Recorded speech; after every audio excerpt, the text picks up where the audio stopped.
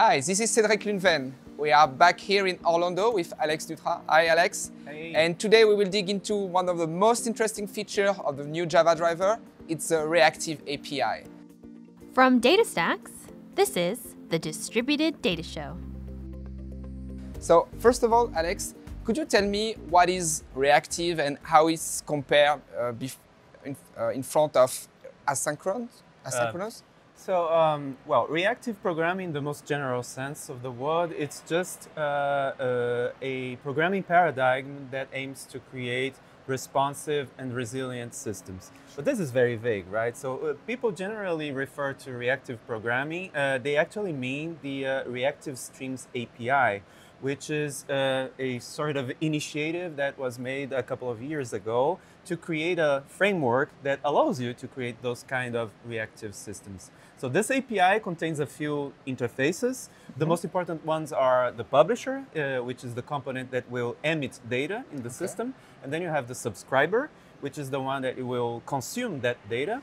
And then you have the subscription, which is kind of the contract between those two guys, and they talk through the subscription. So this is basically what we understand by reactive programming. And then we were asking how this compares to asynchronous, right? Sure. So any reactive system is necessarily asynchronous. So you got all the benefits of asynchronous code, like no blocking calls, that kind of thing. Okay. But you don't have the drawbacks. Why?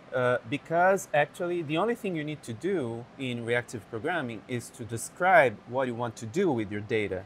But then when the data actually starts to flow, actually everything is taken care for you. So you don't need to manipulate threads, you don't need to manipulate filters. So it's much easier, right? And there is no storage, there is no checkpointing. All of this is hidden from you. Wow. And what kind of use case can you implement with just non-blocking streams? Of course, there are numerous use cases. I think that the most obvious use case is, for example, you already have an application that uses some portions of reactive code. Think about Spring Web Flux, for example. That's the new Spring released last year? Yes, all about exactly. reactive UI. Exactly. So it's becoming extremely popular. So of course, if your application already uses the Spring Web Flux, using the reactive API of the driver will be a perfect match for you.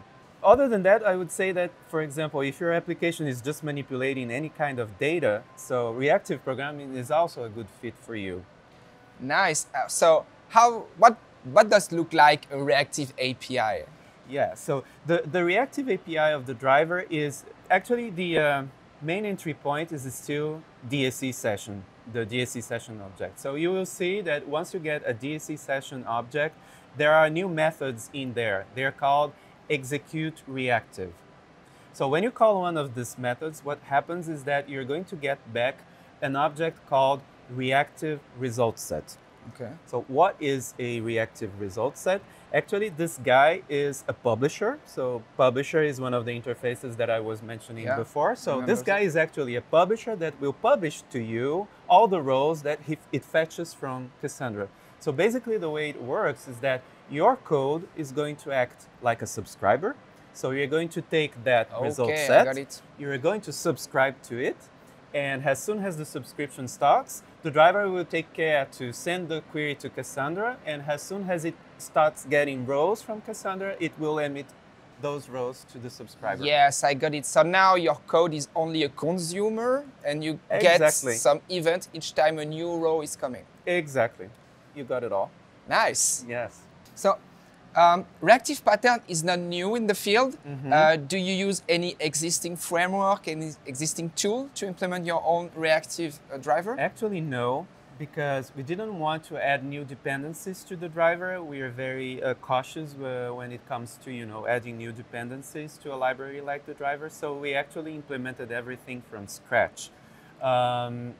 That said, implementing the publisher interface is really not trivial. So to make sure that we did something really robust and performant, we also made sure that our publisher implementation passes the tests that come with the API. So if you go to the Reactive Streams API website, they also have a TCK, so a test compatibility kit, which is a series of tests that you can pass to ensure that your publisher actually is compliant with all the requirements. Oh, there is some kind of standard and specification, absolutely. and you have to go through so all the tests to make sure. Our publishers pass all the specifications and requirements. So that's nice. So I heard before that you dig into very hard concept like backpressure to ensure that the consumer don't be overwhelmed by all the data coming from Cassandra. That's it? Yes, absolutely. So let's define backpressure. So indeed, in reactive systems, we want to have a very tight control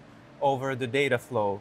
So there is this mechanism called backpressure, and what backpressure is that basically the subscriber can tell the publisher, hey, you're going too fast for me. I cannot handle all these items, so please slow down.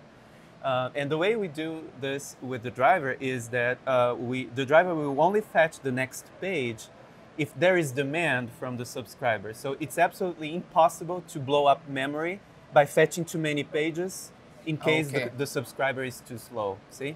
See, I see. Yeah. This is what we mean when your code is a consumer. Yes. So if it cannot consume everything, that it will wait. Correct. Okay. Exactly. Thank you very much for being with us It was today. a pleasure. And see you next time for another episode.